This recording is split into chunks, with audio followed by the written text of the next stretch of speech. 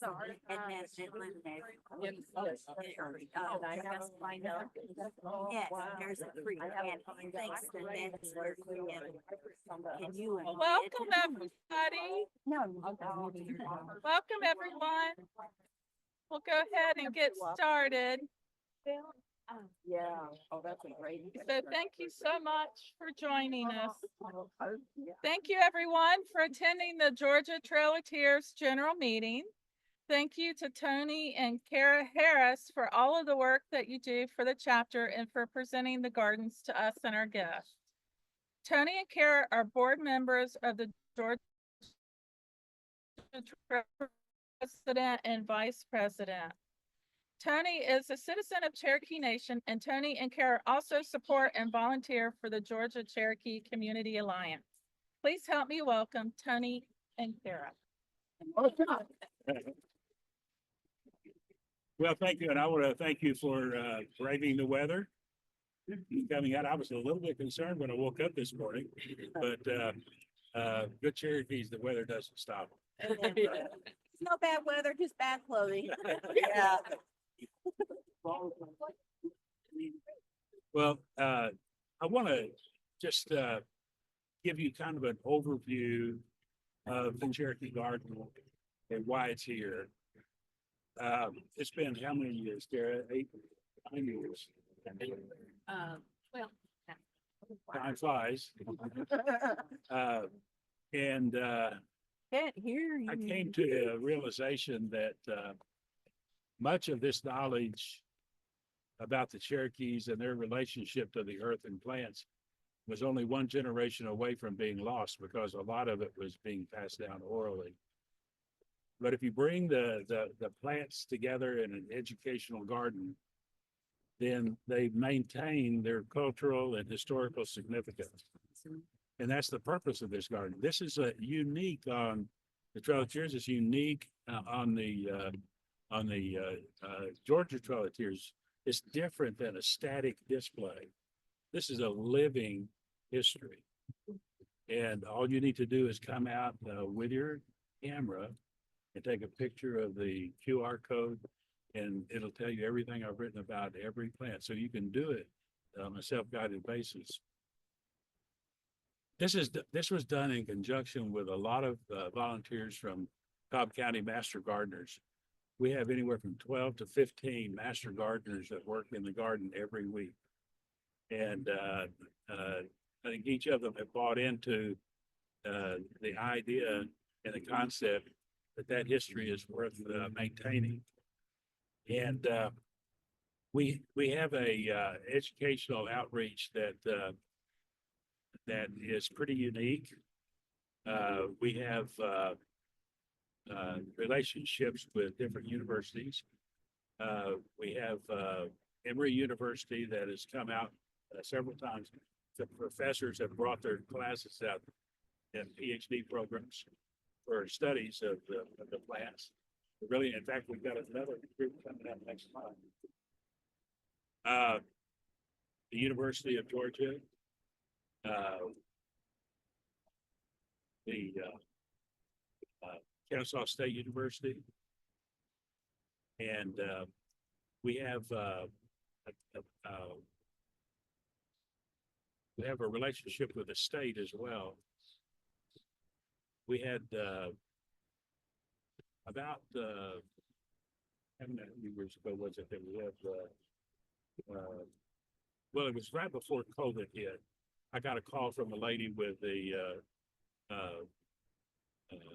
Atlanta Botanical Gardens, and she said, listen, we've heard about the Cherokee Garden, and we'd like to bring some of our people out to visit. And I said, well, sure. I said, how many would you like to bring out? She said 45. And they sent 45 of their people out to spend a half a day with us. And so that's a good relationship to have. We have a good relationship with Bank of America, Kennesaw State University. Both of them send out volunteers, anywhere from 15 to 20 people at a time during the year to help us with the gardening out here. We also have outreach with children. As most of you probably know, in the state of Georgia, it's state law that you have to teach Cherokee history in the third grade, and Muskogee, which used to be called Muskogee Creek history, in the fourth grade, and then you teach the Trail of Tears, where the people are a little bit older and can understand the concept a little better. We've had actually visitors, children, in the last 4 or 5 years. We've had several thousand children come through here. And they'll bring it. I'm amazed. They'll bring their own camera and find their favorite plant. And they'll take a picture of it and take it back to show and tell. But there's a real interest in that. But we also go to the schools. We've had a relationship with Marietta school system, and their Burris Elementary.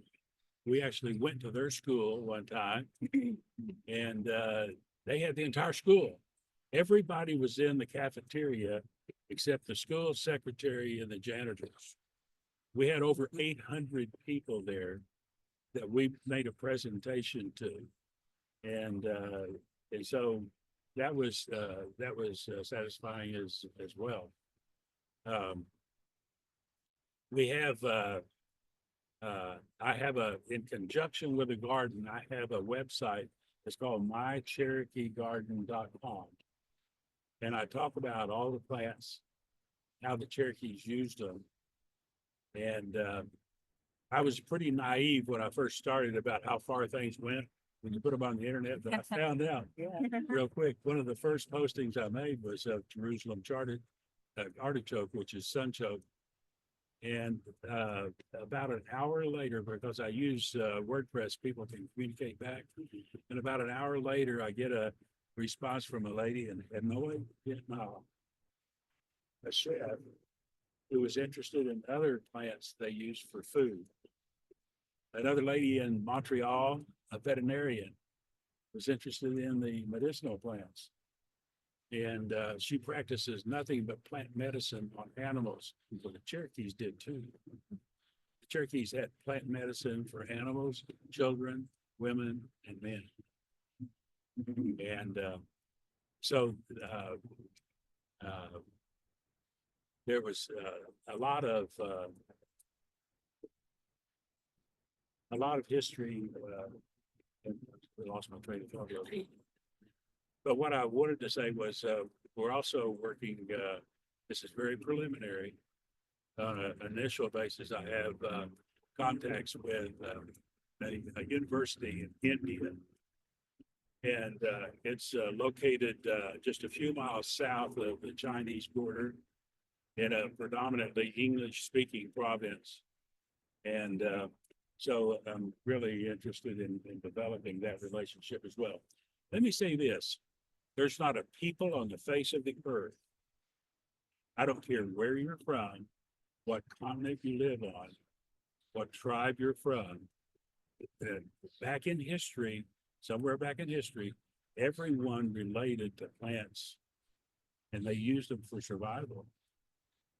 So, and this is not a lost art or a lost science. Plant medicine is still practiced today. My mother practiced plant medicine on me when I was growing up. I took a lot of things in the form of tea, and I got to tell you, some things taste better than others. Yeah.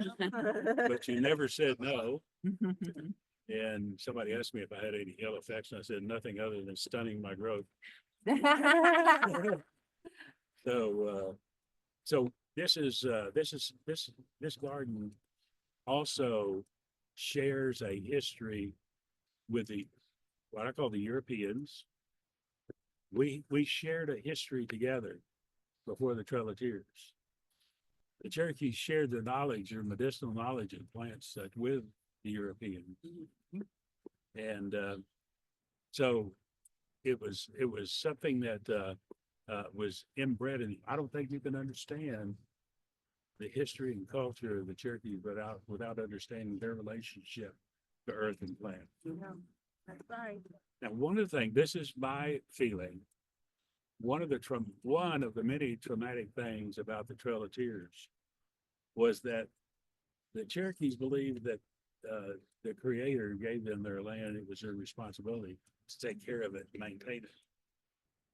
And here they had the land the Creator gave them, but then they had people come in and take it, and not only take the land, but take the relationship they had with their plants. And for the Cherokees, they might as well have been going to the far side of the moon. They didn't know what they were going to encounter. And so there's a connection there that is unique. Cherokee Nation in Tahlequah has another Cherokee garden there. The difference is the signage there is in Cherokee. So if you can't read or write, speak Cherokee, each of the plant signs has a number. You can check out a booklet and say plant number 22 and you can read about it. It's part of the Cherokee Language Immersion Program for Cherokee children, which, by the way, they're going to be coming out here next month. Well, no, it's next week. Next week. Yeah, next week. Next week, yeah. And so we're really looking forward to that. Have any of you seen that video that was made of the Cherokee Garden here? That John did? Yeah. Yeah, well, our Georgia community did. I don't know about TOTA people. We'll share it with Sharon Wilson, who does the newsletter for the Trail of Tears, so she can share it next So week. all of you will be able to go on and look at it.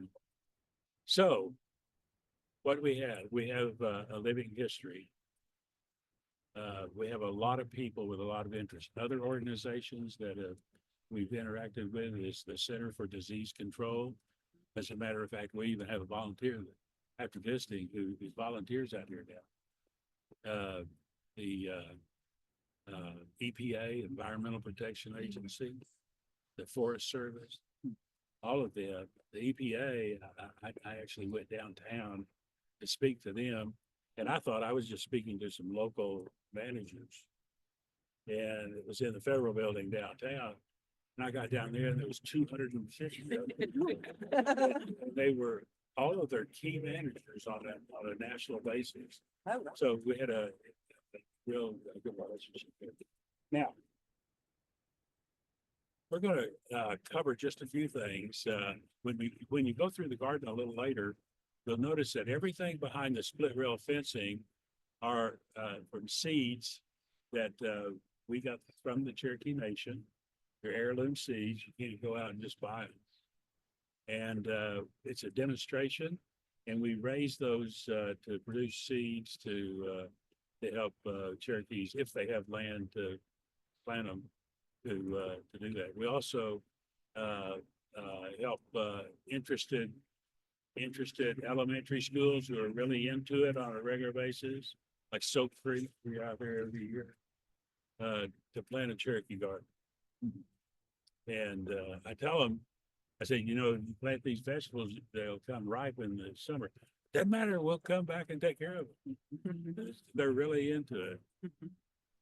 And it's amazing, you get 3-year-olds out here, or third graders out here, and talking to them, and they have their notepads. They're sitting here, now, what did you say about that? And they're sharp as a tack. That's where you want to catch and educate the future generations. We had a nice experience last month. Sometimes you forget that the Cherokee Garden does have a widespread area of influence. And so there was a master gardener from Anderson, South Carolina, that called and wanted to tour the Cherokee Garden because she had been approached by one of the state parks there in northern Alabama, where the Cherokees originally were in the 1700s before they were pushed out. And so she came down and toured the Cherokee Garden because hers is going to be much smaller, but she really wanted to come and to make sure what were the authentic plants and how Tony had set the signage up so people could easily, read about them. And so, lovely lady, and it's exciting that Cherokee history is going to be preserved in North Carolina. And so, and that we had a small part in that, and Georgia Trailers had a part in that too. So y'all, fantastic. But let's talk a little bit about what we grow out here. All these plants that you see this way here have been grown in the garden here. And we don't grow, this is a demonstration garden. So we grow a limited number of hopefully as many things as we can each year. And we try to rotate those so that they're different each year. The Cherokees had basically three types of corn. They had the yellow flower corn, the white flower corn, and the flying eagle corn. The flying eagle corn is a little bit different in that the kernels are normally white, and they'll have a black kind of a emblem on top that looks like an eagle in flight. So they called it flying eagle corn. They would leave those on the stalk with like this, and then they would take them and pick them and put them in corn bins around their cabins for later use. They would leave it on the cob until they were ready to crush it. I have my great grandmother's corn grinding stone. It's not out here, but it's what she used to grind it. She would take, once you take these kernels off and put them in that on the grinding stone, and take another rock and crush it. You crush it real fine for flour and less fine for cornmeal. And but corn was so basic to the Cherokee diet, they referred to it as mother corn. And they raised what's known as the three sisters. Everybody know what the three sisters are? Corn, beans, and squash. Oh. And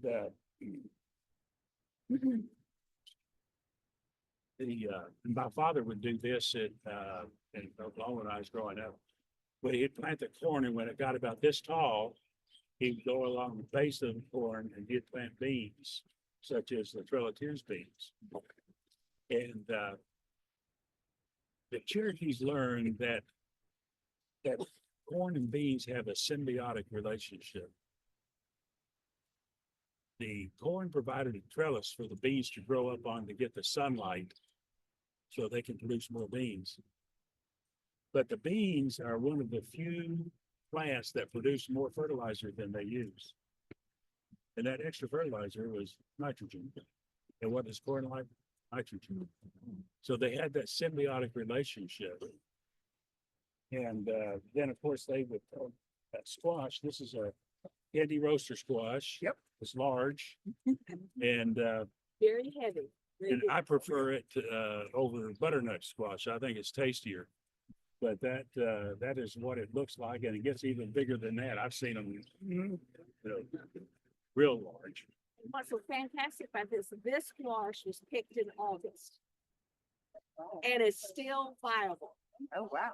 Yeah, I had it in the pantry, and when the temperature rose, I had a couple of bad spots come up, but I'll have to cook them this week. We'll save the seed for next If year. you think about this, is fantastic. What a wonderful food source for the native tribes that kept for 7 or 8 months. It's Georgia candy roaster squash. Of course, that's not the Cherokee name. That's what the European name. But it was very prevalent all throughout Georgia and North Carolina. Can you know them? No, I need to. It's on, Well, we'll ask one of the children when they're here next week. it's on by Cherokee. Oh, okay. I didn't. Yeah. Now then, my mother, I remember growing up in the summertime, my mother said, go out and pick some corn and some beans for lunch. And I would go out and I would pick the corn. And at the same time, the beans were growing with it. I'd pick the beans Now, as I was coming back to the house, we had 2 milk cows. I would shuck it, and the green shucks the cows love to eat. And from the time I picked that corn and beans, from the time I picked that corn and beans to the time she put it, boiled it, and had it prepared for lunch was maybe 30 minutes. That was good stuff. That was real good stuff. Very, very fresh. And Well, Tony also raised gourds because they were such an important part. of the business. this is called a dipper gourd. And look how Mother Nature has painted this. And what you do is you wait until about the second frost, and then you pick them and bring them into a cool, dry place, and let Mother Nature have this course with it. But also is a nice little rattle. But it's called a dipper gourd because they would cut a hole in the top here. You could dip water or whatever which you wanted. Now, I remember this when I was growing up in Oklahoma. What children would do, they'd make birdhouses out of these. Oh, wow. They'd cut a hole in the front and hang these from trees. And in the summertime, they could watch the birds come in, raise their young and so forth.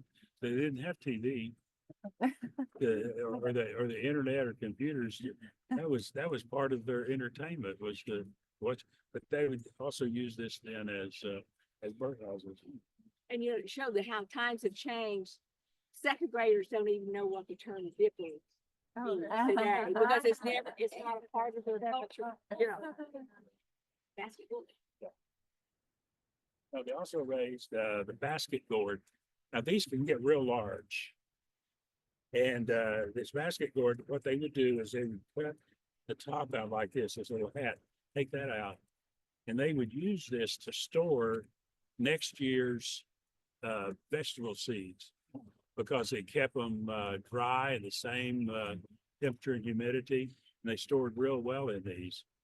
Now, they would also use this if they were going to dye something, and you're going to see some plants they use to make dyes, like the bloodroot out here, which when you take that root and break it open, the juice inside immediately turns blood red. They used it as a dye, and they would put things in here they wanted to dye and soak them in here with water. And the longer you soak them, the darker it would get. And every color had a significance to the Cherokee. And red was significant in that it was a sign of success. That's why so much of the chief's clothing was in red, and so much of the artwork is in red. Small one. Oh, thank you. Yeah.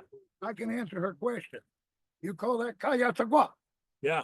Oh, Kayatagua.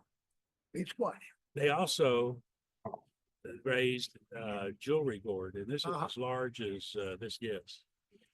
And women would either take these and put a string on here and some earrings, but they'd put them on a string and make a necklace out of them. I remember when I was growing up, the kids, girls would be around the table talking. They'd have these. You could hear the seeds. You know, I thought it was funny. They didn't. They were serious. But that's called the jewelry gourd, and this is one of the kids' favorite. All of them want to take all those companies. you would just tell them all the things to do with black walnut, since we have so many black walnut trees out here in the garden. Yeah, Oh, we have there they are. a lot of black walnuts out here, and normally when a walnut falls off the tree, it's green, and then as it lays on the ground, it turns black. Well, the Cherokees would have several purposes for that. They would take the husk, the outer shell, because this is as big as the nut is, okay? But they'd take this outer husk and it'd make a black dye, So they could dye things like strands of vines and so forth or whatever. But they would also make a poultice. A poultice is a form of medicine where they would take this, wrap it in a cloth, dab it in, and put it on a newborn baby's belly button to promote it dropping off. Now, the Cherokees also fished with the black walnut. Yeah, that's true. They would take those black husks and shred them and put them in a container and then pour water in there and basically let it ferment. And then they would go out to where they knew there were fish, but not a lot of current. And they would dump that slurry into the water and all the fish come floating to the top. Now, it doesn't poison them, it shocks them. They come up looking for air. And so the Cherokees would either take spear them, drop them out on the shore, or net them and drop them out on the shore.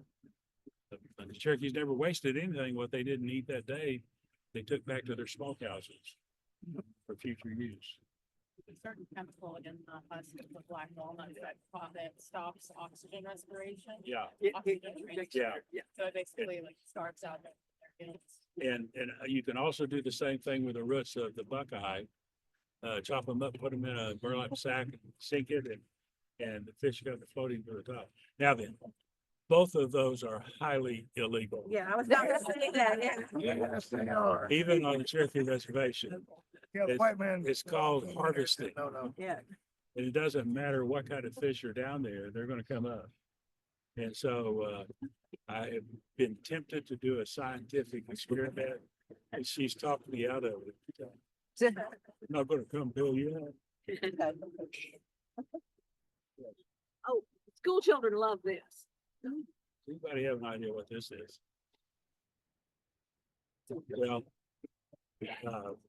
they would, this, of course, this is part of a deer's antler. Yeah. Which is attached to this stick with buckskin. And they could use it kind of like a, you know, when I was telling you planting those that beans next to the corn. Thank you, Rose. And but you know what I found? It makes it great. Excursion. I mean, it'll reach those spots that you can't reach any other way. But it's self-made tools, the things that people have heard of. Is that when the Cherokees were interacting with the Europeans, they used buckskin, doe skins, like with money. And what they were really interested in is tools, because basically they made their own before.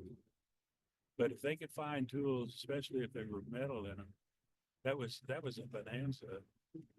And so that's how they traded the buckskin and doe skin like money.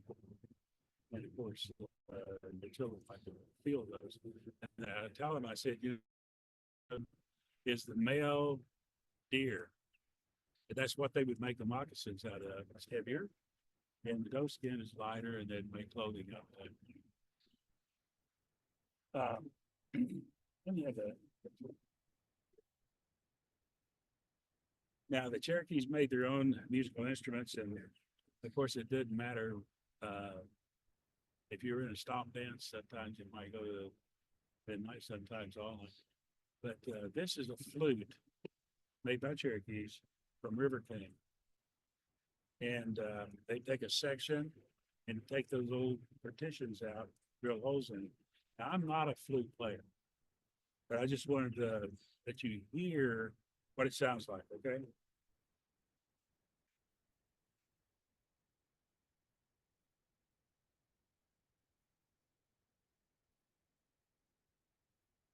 Now, there's a gentleman named Tommy Wildcat in the Cherokee Nation who's an expert for this and can play these, but they made their own musical instruments as well. Does anyone have any questions before we So go on our walking tour?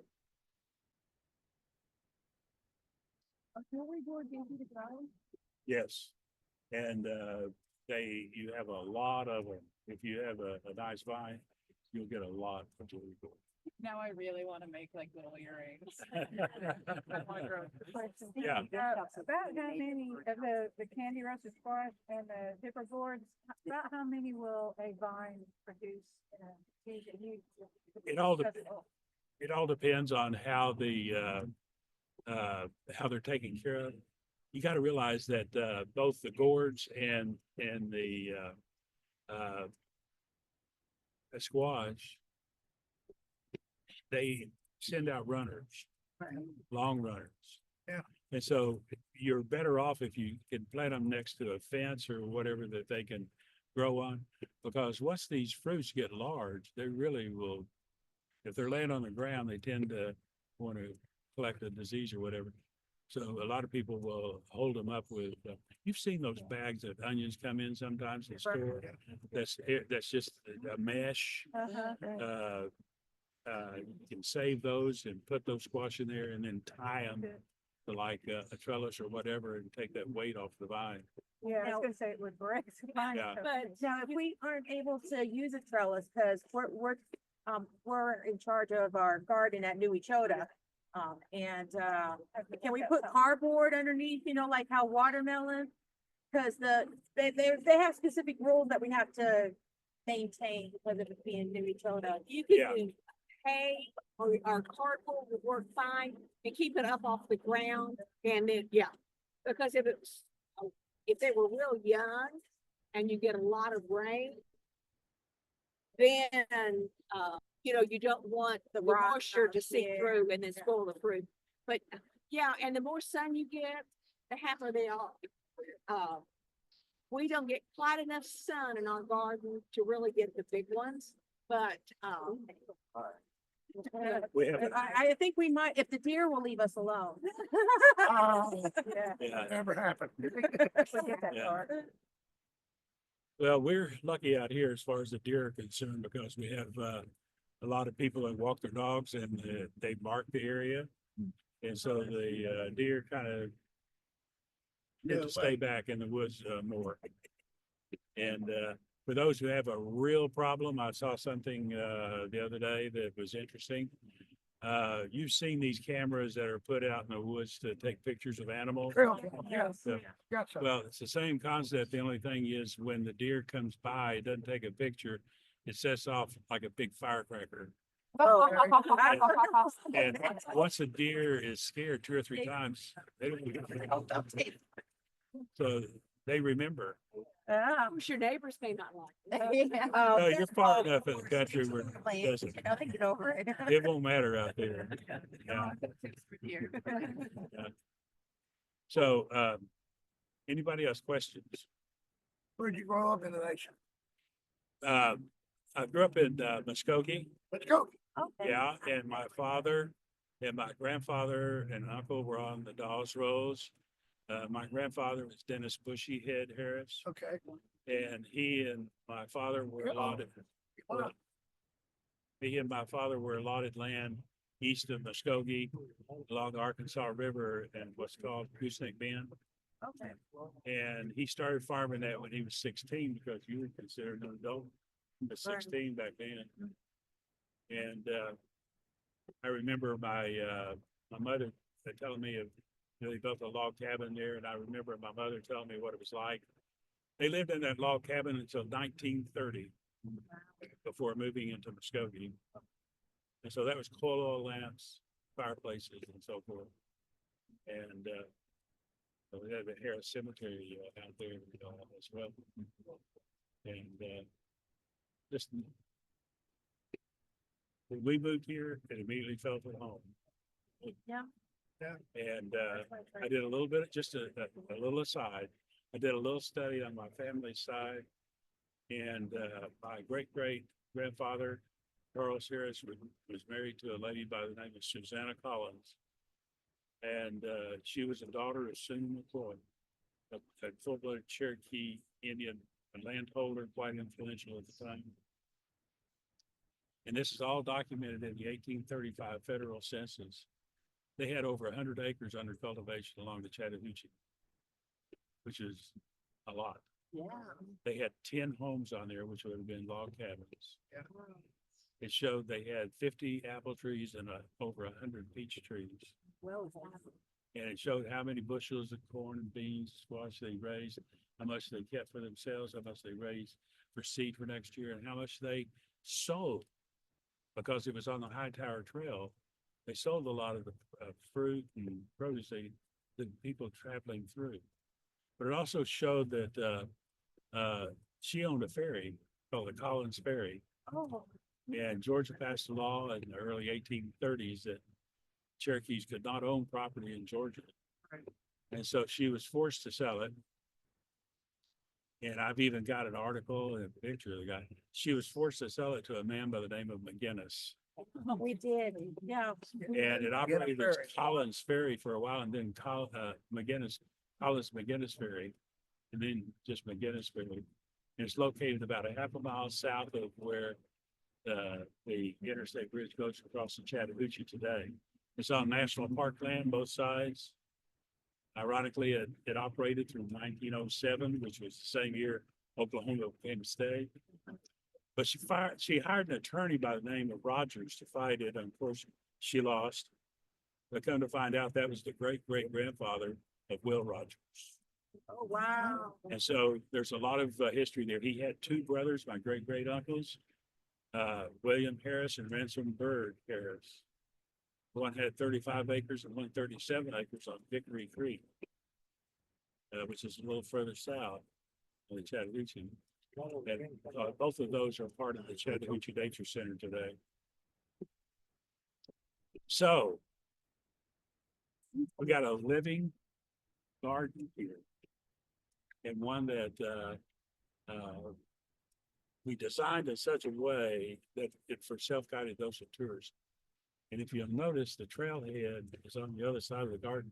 So to get to it, people have to go through the garden. So it's located right. Questions, anything? we just have a short business meeting. I just need to get the minutes. Okay.